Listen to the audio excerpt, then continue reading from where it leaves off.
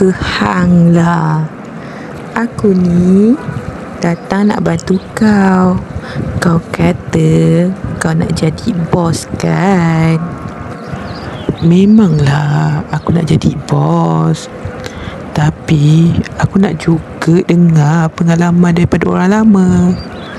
Aku ni baru nak jadi bos atas sikit saja. Macam tu lah, baru semangat aku nak bercerita. Kau ni pun janganlah cepat imo. Dah, jom kita mula. Nanti lambat pula. Teori dan gaya kepimpinan ada 4 tau, iaitu participating, delegating, supportive dan coaching. Hai, hari ini saya akan menerangkan mengenai participating. Participating ialah gaya kepimpinan yang mencari input daripada setiap ahli organisasi. Secara amnya, pemimpin meminta pemikiran dan idea daripada ahli pasukan mereka sebelum membuat keputusan atau mewujudkan proses dan prosedur yang baharu. Dalam kebanyakan kes, kepimpinan partisipatif mengikut proses ini. Proses kepimpinan partisipatif yang pertama ialah pemimpin memudahkan mesyuarat dengan pasukan. Dan yang kedua, pemimpin berkongsi sebarang maklumat dan pengetahuan yang diperlukan tentang projek.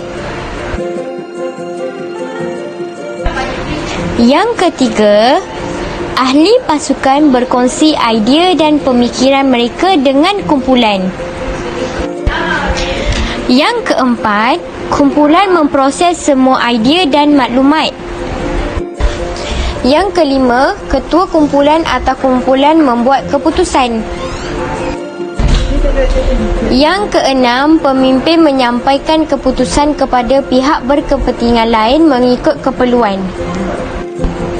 Dan yang terakhir, kumpulan meneruskan projek. Saya seorang leader. Teori dan gaya kepimpinan kontemporari adalah coaching. You got it? Coaching menunjukkan sambungan tinggi dari segi penyelesaian masalah dan hubungan dengan orang bawahan adalah rapat sebagai satu organisasi. Pemimpin akan menerangkan lebih lanjut tentang pendapat untuk mendapatkan sokongan daripada pengikutnya.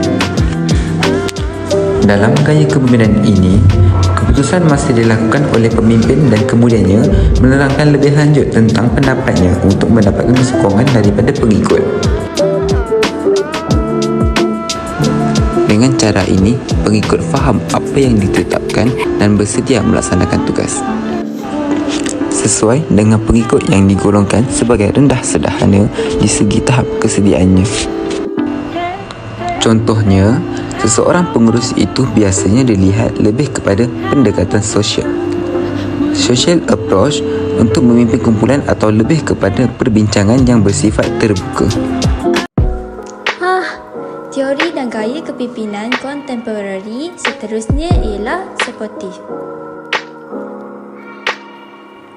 Supportive adalah gaya kepimpinan yang dikatakan pemimpin yang tidak mempercayai orang bawahannya dan banyak memberi arahan kepada orang bawahan untuk melakukan segala sesuatu yang perlu dilakukan tanpa melihat hubungan antara pemimpin dengan orang bawahannya.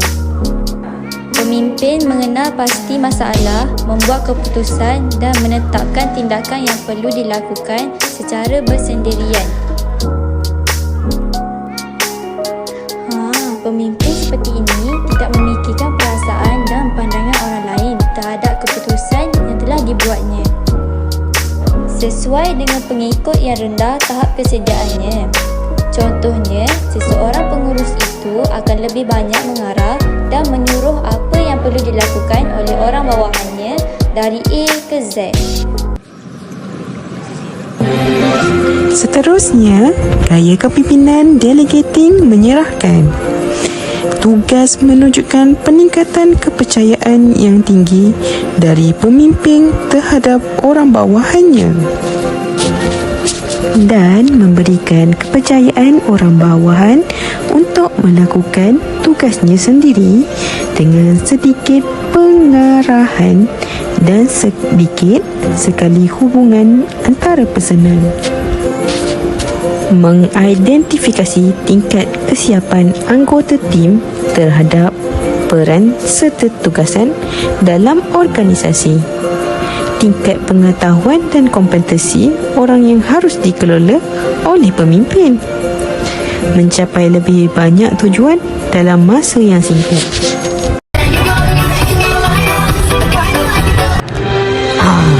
Faham tak yang kat sana tu? Sorry. Baiklah, gaya kepimpinan yang paling efektif adalah yang paling tepat dengan situasi dan kondisi. Pemimpin yang sukses adalah mereka yang memiliki kemampuan beradaptasi dengan berbagai gaya kepimpinan pada saat berbeza. Sudah tiba masa untuk kami mengundurkan diri. Bye. Sebarang pertanyaan boleh tanya selepas video ini.